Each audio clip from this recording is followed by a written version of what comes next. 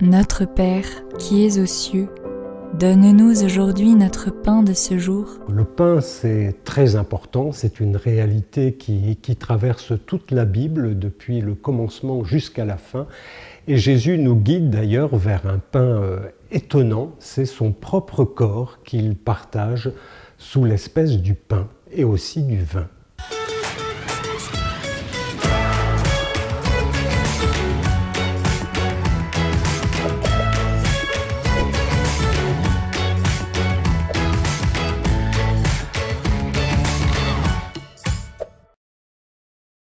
Alors on pourrait dire, après avoir parlé de la volonté de Dieu sur la terre comme au ciel, on revient au pain, au quotidien.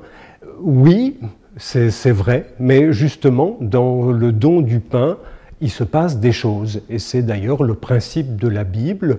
Plus les choses sont modestes et quotidiennes, plus elles vont révéler assez simplement la présence de Dieu. Donc demander du pain à Dieu, ça n'est pas plus ou moins fort que demander d'accomplir sa volonté sur la terre comme au ciel.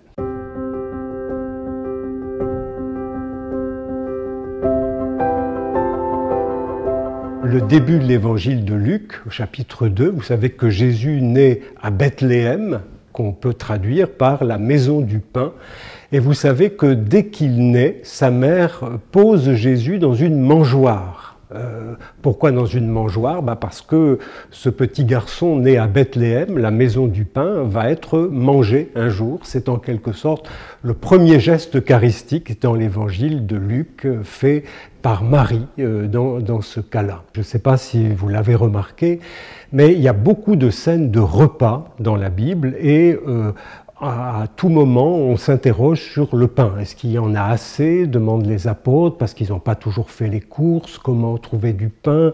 Comment multiplier les pains? C'est ce que Jésus fait par 2 fois.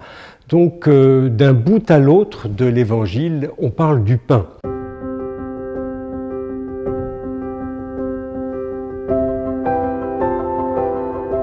Alors, c'est important, je l'ai dit, de remarquer que le pain est très présent dans nos évangiles dès le début, mais il a aussi toute une histoire dans l'Ancien Testament. Et je voudrais en particulier mettre en lumière un passage très célèbre qui est en lien avec la demande du pain du Notre Père.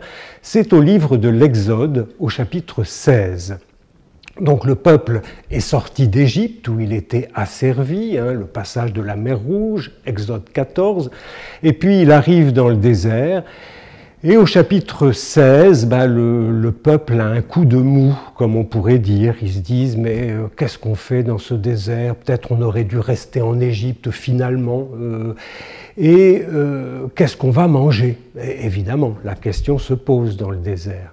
Alors Dieu dit, il le dit d'abord à Moïse, « Je vais donner à mon peuple du pain venu du ciel tous les jours, 6 jours par semaine, sauf un, le Shabbat, où on ne travaille pas, et donc on aura double ration la veille. » Et ce pain, ce que Dieu appelle du pain, c'est ce qu'on appelle la manne.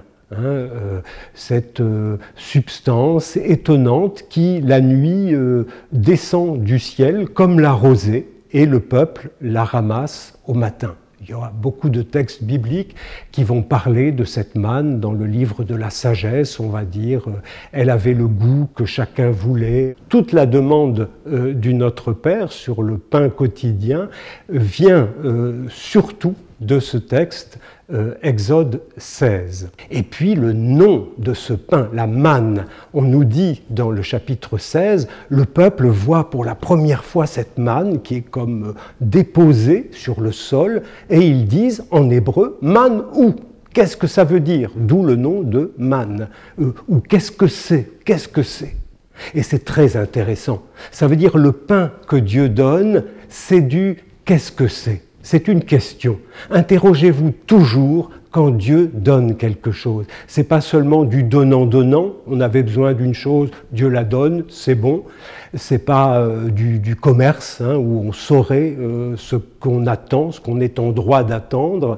C'est toujours mystérieux ce que Dieu donne.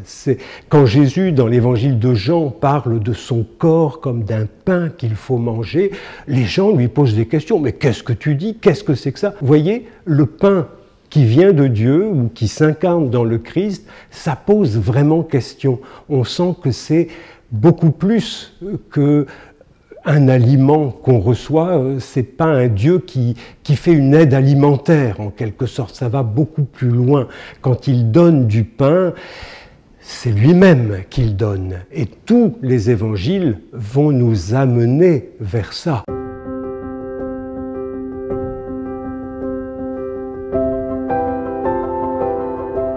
Dans l'Ancien Testament, quand le Messie apparaît, et notamment David, la première chose qu'il fait, c'est apporter du pain à son peuple. David, on le voit, 1 Samuel 17, il apporte du pain à ses frères qui sont à l'armée, et puis ensuite il cherche du pain pour ses hommes.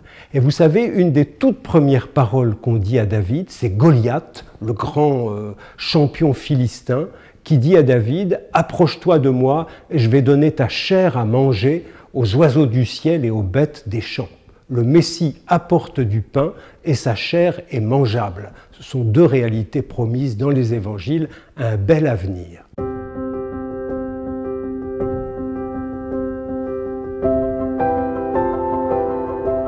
Au début de nos évangiles, il y a une scène célèbre, c'est Jésus est au désert et le Satan s'approche de lui.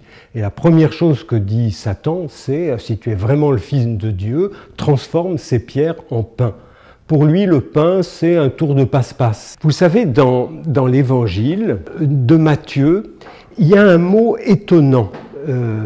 Quand on demande le pain de chaque jour, il y a un fameux adjectif, c'est épiousios en grec, qu'on n'arrive pas à traduire. Et Saint Jérôme, donc au IVe, Ve siècle, un des premiers traducteurs de la Bible en latin, Saint Jérôme donc a traduit cet adjectif et de manière assez intelligente par un pain super essentiel. La racine grecque se prête à cette interprétation. On traduit souvent par du pain quotidien, le pain de chaque jour. Saint Jérôme dit, mais il y a dans cet adjectif étrange quelque chose de plus. C'est du pain, mais du pain qui dépasse, épiousios, ce que l'on a l'habitude de voir quand on dit le mot pain. Alors on peut dire, peut-être il exagère, je pense qu'il a flairé quelque chose, notre traducteur Jérôme. Il a vu que ce pain qu'on demande, c'est beaucoup plus que la ration quotidienne.